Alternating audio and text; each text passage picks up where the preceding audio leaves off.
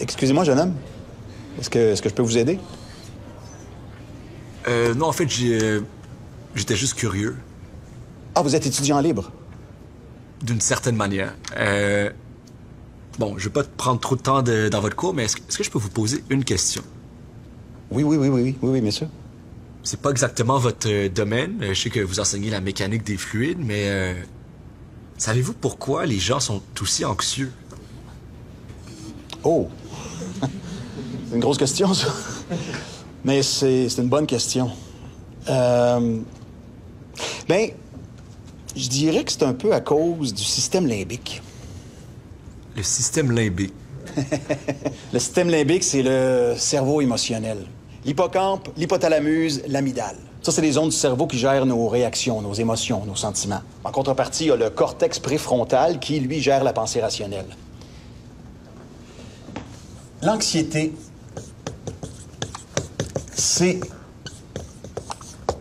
une émotion.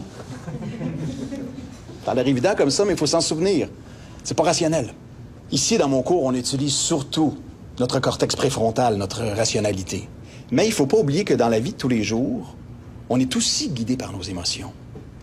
D'ailleurs, je pourrais peut-être vous parler de la théorie des marqueurs somatiques du neuropsychologue Antonio Damasio.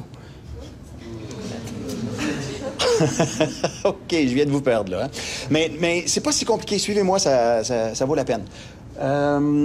OK, tiens, Noah, pourquoi t'as mis une chemise bleue aujourd'hui? Je sais pas, parce que j'avais envie de... Oui, c'est ça. Ben, c'est ça. T'avais envie de. C'est une émotion, c'est un instinct. Selon Antonio Damasio, quand vient le temps de prendre une décision, on commence par échafauder dans notre cortex préfrontal une série de scénarios possibles. En même temps, notre système limbique génère toutes sortes d'émotions. Et c'est en jumelant le rationnel et l'émotionnel qu'on finit par prendre une décision finale. Donc, dans chaque décision qu'on prend, il y a une part d'émotion. L'intelligence émotionnelle, c'est une intelligence à part entière. Mais on se rend compte aujourd'hui qu'on l'a un peu mise de côté. Mais c'est pour ça que des fois, on se sent qu'on est un peu à bout, qu'on est désemparé, anxieux, dépassé. Si je peux me permettre, est-ce que c'est de la faute de l'école, entre autres? Ben, vous riez, mais je pense que oui, entre autres. Combien de cours à l'intelligence émotionnelle avez-vous eu à l'école? Combien de cours d'éducation à l'imagination avez-vous eu à l'école? C'est ça, jamais. Par contre, combien de cours de calcul et d'analyse avez-vous eu à l'école? C'est ça. C'est important. Je dis pas que c'est pas important, c'est très important.